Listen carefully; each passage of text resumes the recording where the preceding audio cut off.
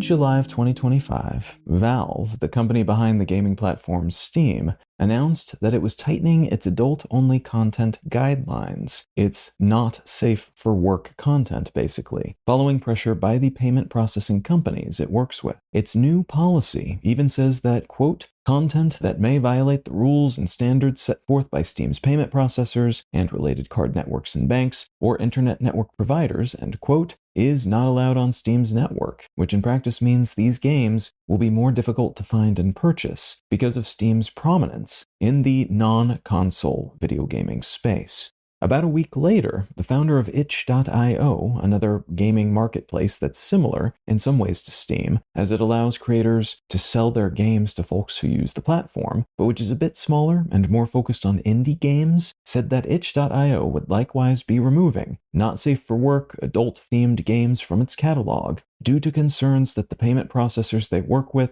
have communicated to their company. In no uncertain terms, he said itch.io wouldn't be able to operate without these payment processors, so they had to, quote, prioritize our relationships with our payment partners and take immediate steps toward compliance, end quote. The folks whose games were removed from itch.io as part of this purge were given no warning, and many critics of the decision have pointed to similarities between this gaming world censorship, as they see it at least, and what happened back in 2018 when social platform Tumblr banned pornographic content, the company's owner citing pressure from credit card companies as the rationale for that decision. A decision that led to a huge exodus of users away from the platform and a whole lot of criticism from creators and users and folks and organizations who keep tabs on censorship-related issues. There's been a lot of the same in response to these moves by itch.io, Steam, and similar platforms, which have recently decoupled themselves from certain types of adult content, and statements from these companies seem to be illustrative of what's happening here. They are completely reliant on these payment processing companies to exist, because without them, they cannot easily accept money for what they're selling. Thus, they had better comply with what these companies tell them to do, or else. There have been claims from some folks who have watched this sort of purge occur in other corners of the web over the years that credit card companies are anti-porn and anti-anything not safe for work because the chargeback rate is huge in these spaces, something like 10 times the number of chargebacks, which is what happens when customers claim they did not buy something and then in some cases get their money back after the fact, compared to the next highest facet of the payment processing industry, and that is both a pain and potentially expensive. Others have pointed out that these sorts of purges tend to be political in nature. The groups that push payment processors to adopt these stances are typically and often quite vehemently anti-porn, either ultra-conservative or, in some cases, radical feminist in nature, two ideologies that are oppositional in many ways, but they loop back around when it comes to some topics and have similar burn-it-all-down ideas about adult content. We do not approve, so let's get rid of all this stuff that we don't approve of by whatever means necessary. In most cases, this means lobbying to get influence across political spheres, including with politicians who control various governments' relationships with these payment processors. If they can get the ear of those who make the rules to which these payment processors must adhere, they can then threaten the payment processors who, in many countries, though especially the United States, have pretty sweet deals that allow them to more or less collect a tax on every payment made for essentially everything across every sector. They say to them, well, we can push our friends in the government to take those sweetheart deals away. So unless you want to suffer that consequence, push these customers of yours to take down this stuff that we don't like. What I'd like to talk about today are some similar and overlapping movements that are beginning to see censorship-related success across these and other aspects of the web, and the seeming purpose behind these pushes to censor and purge and create the apparatuses by which censorship and purges can be more thoroughly performed in the future.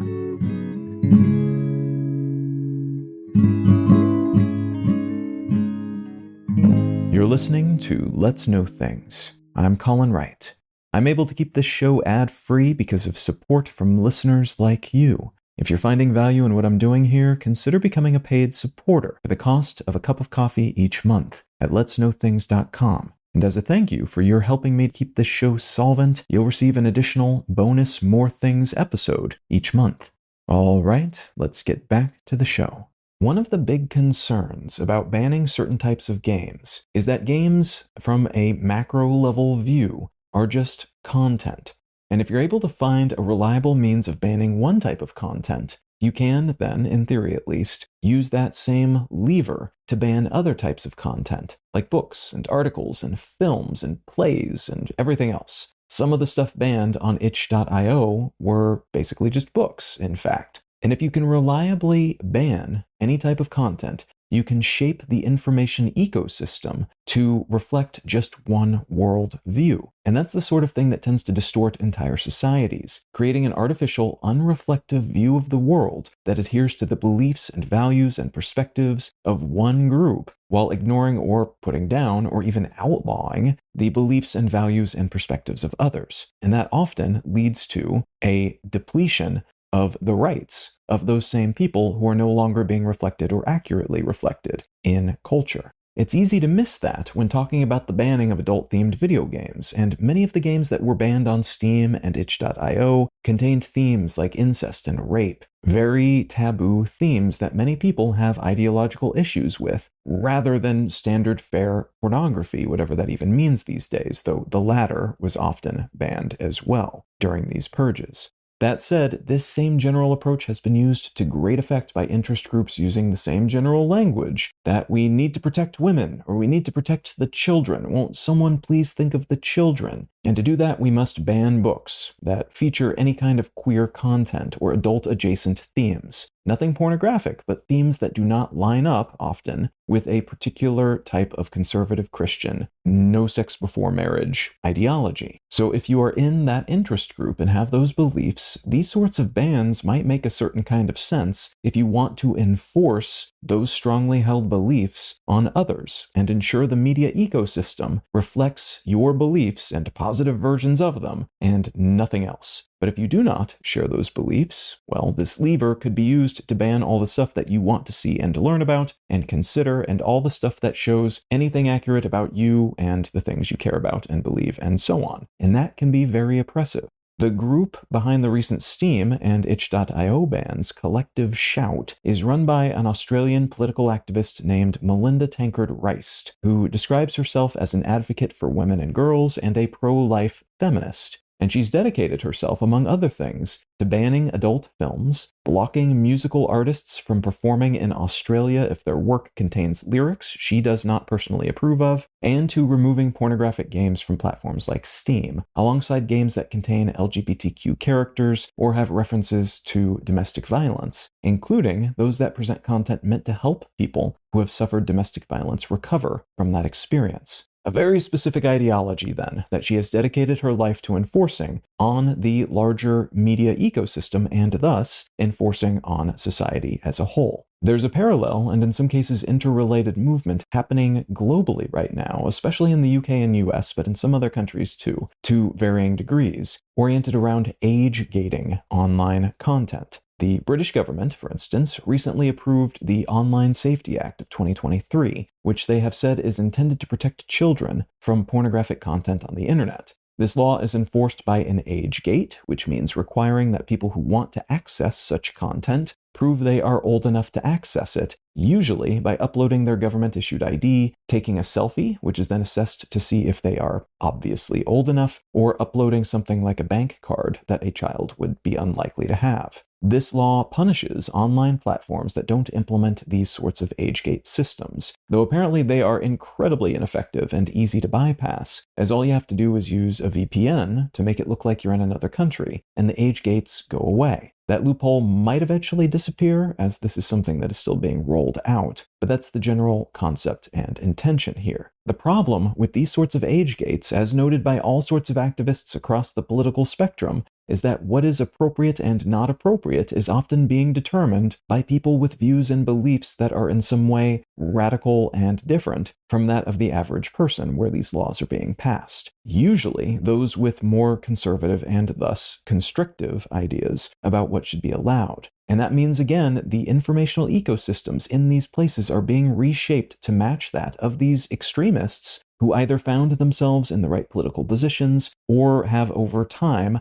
purchased influence with the politicians who are helping to make these laws. The situation is similar in some parts of the US right now, where age-gating laws are beginning to see implementation in conservative states like Texas, where First Amendment challenges to a recently passed age law were rebuffed by the Supreme Court, which ruled in favor of those passing the law. The US Supreme Court has a large conservative majority right now, and many of the justices on the Supreme Court have relationships with some of the people pushing these laws, so this result was not terribly surprising. That law, HB 1181, which is one of many currently in the works or recently passed in the US, 21 states have at least one law similar to this as of mid-2025. That law will require websites with adult content to implement age-gating filters to prove that users are 18 or older, or, as in the UK, they will be punished. Also, as in the UK, there are relatively simple workarounds to all of these age verification requirements, but there are fears that these sorts of rulings will mostly fail to protect children from anything and will predominantly be used by radicals with control over aspects of the government to reshape the media and culture in their ideological image. The folks behind the ultra-conservative Project 2025 plan, the Heritage Foundation, for instance, have said that this is exactly what they intend. By age-gating content they do not like, they can shape the next generation. And as a nice side benefit, these sorts of filters becoming common makes online identity verification the default, not the exception. And that means it is easier to track everyone, adult and non-adult, online, attaching their real identity to their behaviors, which can make it easier to pressure or punish folks who do things they do not like in the otherwise anonymized online world. This has raised all kinds of alarm bells with First Amendment and freedom of speech activists, but it's of a kind with those aforementioned efforts by folks trying to ban certain types of content in video games and books. If the idea is to reshape everything so that your views are the only ones people see, and anything else is taken down or outlawed,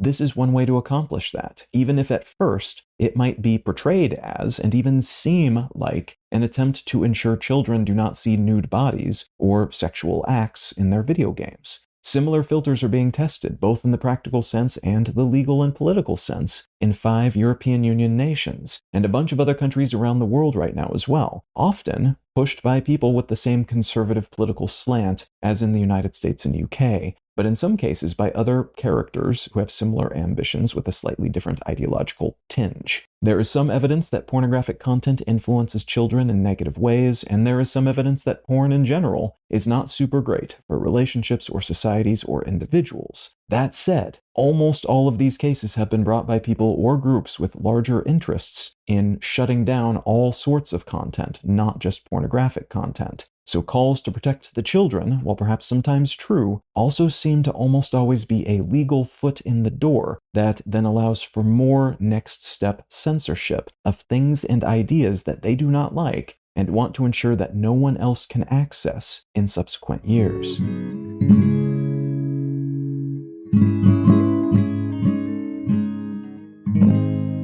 The book I'd like to recommend today is called Limitarianism: The Case Against Extreme Wealth by Ingrid Robains. And I'll read you the publisher-provided text for this because I think it does a good job of explaining what it is. Quote, "How much money is too much? Is it ethical and democratic for an individual to amass a limitless amount of wealth and then spend it however they choose? As democracies weaken, our climate becomes increasingly unpredictable and inequality worsens. Many of us feel that the obvious answer is no. But what can we do about it?" Economist and philosopher Ingrid Robains has long written and argued for the principle she calls limitarianism, a common-sense case against extreme wealth, which posits that a considered cap on one's individual wealth is an urgent ethical concern that will ultimately lead to healthier, more democratic societies. In this provocative consideration of extreme wealth accumulation, Robains ignites an urgent debate about wealth and when, how, and why to limit it, calling into question the legitimacy of capitalism and neoliberalism, and inviting us to a radical reimagining of our world. Now, if any of that sounds interesting to you, consider picking up a copy of Limitarianism by Ingrid Robains.